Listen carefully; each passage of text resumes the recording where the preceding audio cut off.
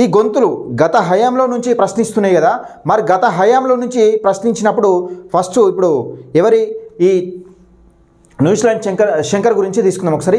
ఈ శంకర్ గురించి తీసుకున్నట్టయితే గత హయాంలో బీఆర్ఎస్ పార్టీని కూడా ఎక్కడ కూడా వ్యతిరేకించినట్టు లేదు. మీరు ఒకసారి ఆయన ఛానల్లో కానీ ఆయన మాటల్లో కానీ ఒకసారి చూసుకోండి. గత ప్రభుత్వ హయాంలో ఇప్పుడు గత పరిపాలించిన బీఆర్ఎస్ పార్టీ పరిపాలించిన హయాంలో ప్రభుత్వం పైన, బీఆర్ఎస్ పార్టీ పైన, బీఆర్ఎస్ ఎమ్మెల్యేల పైన, బీఆర్ఎస్ ఎంపీల పైన, బీఆర్ఎస్ కార్పొరేటర్లు ఎవరిపైన కానీ ప్రభుత్వం పైన మండిపడుతున్న సమయంలో ఎక్కడ కూడా బీఆర్ఎస్ పార్టీని నొప్పించినట్టుగా ఏ ఒక్క వీడియో కూడా చేయలేదు.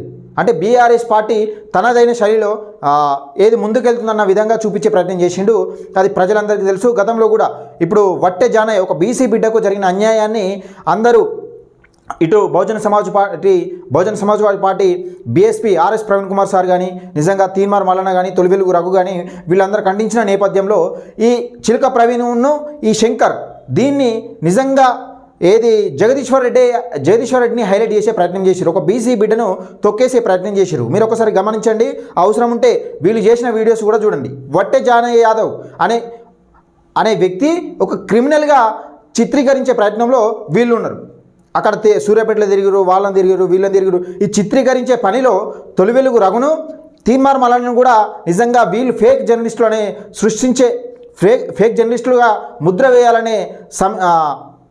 ముద్ర వేయాలనే ఆలోచన కూడా వీళ్ళు ప్రయత్నాలు చేసిరు.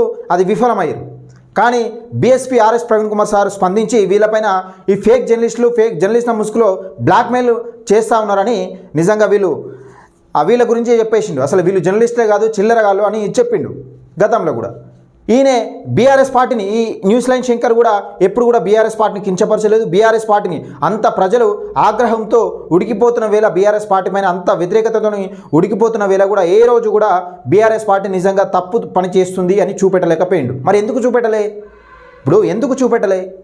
ఈ ప్రభుత్వం వచ్చిన తర్వాత దాడి జరిగింది. కానీ బీఆర్ఎస్ పార్టీ అధికారంలో ఉన్నప్పుడు మరి ఈయనే బీఆర్ఎస్ పార్టీ తప్పిదాలను ఎందుకు చూపెట్టలేకపోయిండు?